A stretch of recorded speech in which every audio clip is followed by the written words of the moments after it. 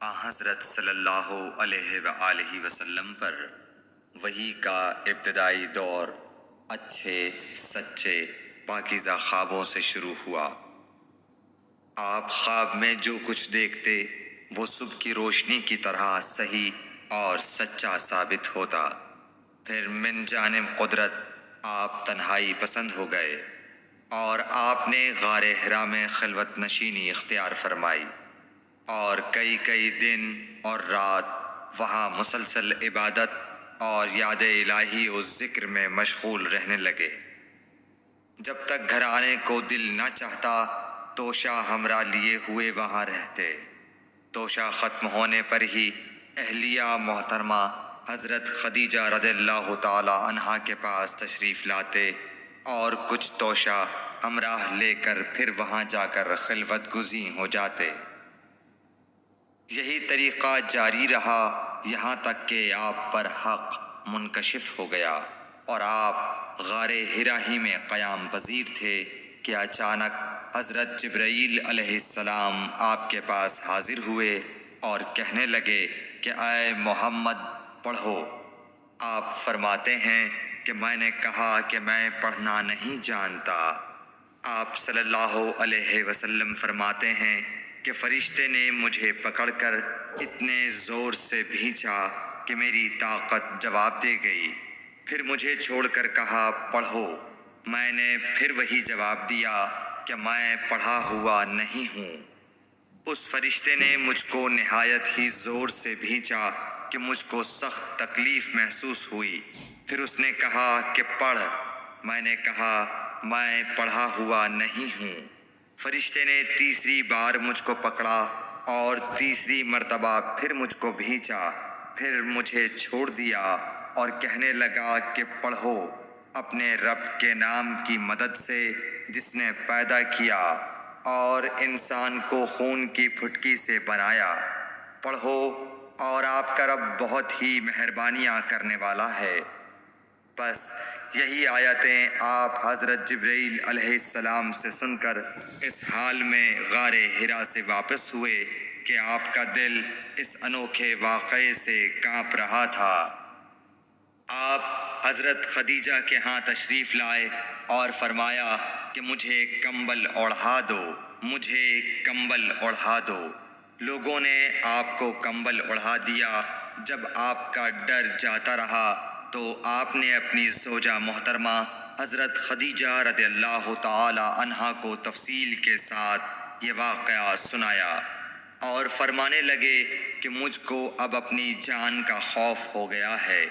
آپ کی اہلیہ محترمہ حضرت خدیجہ رضی اللہ تعالی عنہا نے آپ کی ڈھارس بندھائی اور کہا کہ آپ کا خیال صحیح نہیں ہے۔ اللہ کی قسم آپ کو اللہ کبھی رسوا نہیں کرے گا۔ آپ تو اخلاق فاضلہ کے مالک ہیں۔ آپ تو کنبہ پرور ہیں، بے کسوں کا بوجھ اپنے سر پر رکھتے ہیں، مفلسوں کے لیے آپ کماتے ہیں، مہمان نوازی میں آپ بے مثال ہیں اور مشکل وقت میں آپ امر حق کا ساتھ دیتے ہیں۔ ایسے اوصاف حسنہ والا انسان یوں بے وقت ذلت و خواری کی موت نہیں پا سکتا۔ پھر مزید تسلی کے لیے حضرت خدیجہ رضی اللہ تعالی عنہا آپ کو ورقہ بن نوفل کے پاس لے گئیں جو ان کے چچا زاد بھائی تھے اور زمانہ جاہلیت میں نصرانی مذہب اختیار کر چکے تھے اور عبرانی زبان کے کاتب تھے۔ چنانچہ انجیل کو بھی حسب منشائے خداوندی عبرانی زبان میں لکھا کرتے تھے۔ انجیل سریانی زبان میں نازل ہوئی تھی، پھر اس کا ترجمہ عبرانی زبان میں ہوا۔ ورقہ اسی کو لکھتے تھے۔ وہ بہت بوڑھے ہو گئے تھے، یہاں تک کہ ان کی بینائی بھی رخصت ہو چکی تھی۔ حضرت خدیجہ رضی اللہ تعالی عنہا نے ان کے سامنے آپ کے حالات بیان کیے اور کہا کہ اے چچا زاد بھائی، اپنے بھتیجے محمد صلی اللہ علیہ وسلم کی زبانی ذرا ان کی کیفیت سن لیجئے۔ وہ بولے کہ بھتیجے آپ نے جو کچھ دیکھا ہے اس کی تفصیل سناؤ۔ چنانچہ آپ صلی اللہ علیہ وآلہ وسلم نے از اول تا آخر پورا واقعہ سنایا، جسے سن کر ورقہ بے اختیار ہو کر بول اٹھے کہ یہ تو وہی ناموس معزز رازدان فرشتہ ہے جسے اللہ نے حضرت موسیٰ علیہ السلام پر وحی دے کر بھیجا تھا۔ کاش میں آپ کے اس عہد نبوت کے شروع ہونے پر جواں عمر ہوتا، کاش میں اس وقت تک زندہ رہتا جب کہ آپ کی قوم آپ کو اس شہر سے نکال دے گی۔ رسول کریم صلی اللہ علیہ وآلہ وسلم نے یہ سن کر تعجب سے پوچھا کہ کیا وہ لوگ مجھ کو نکال دیں گے، حالانکہ میں تو ان میں صادق و امین و مقبول ہوں؟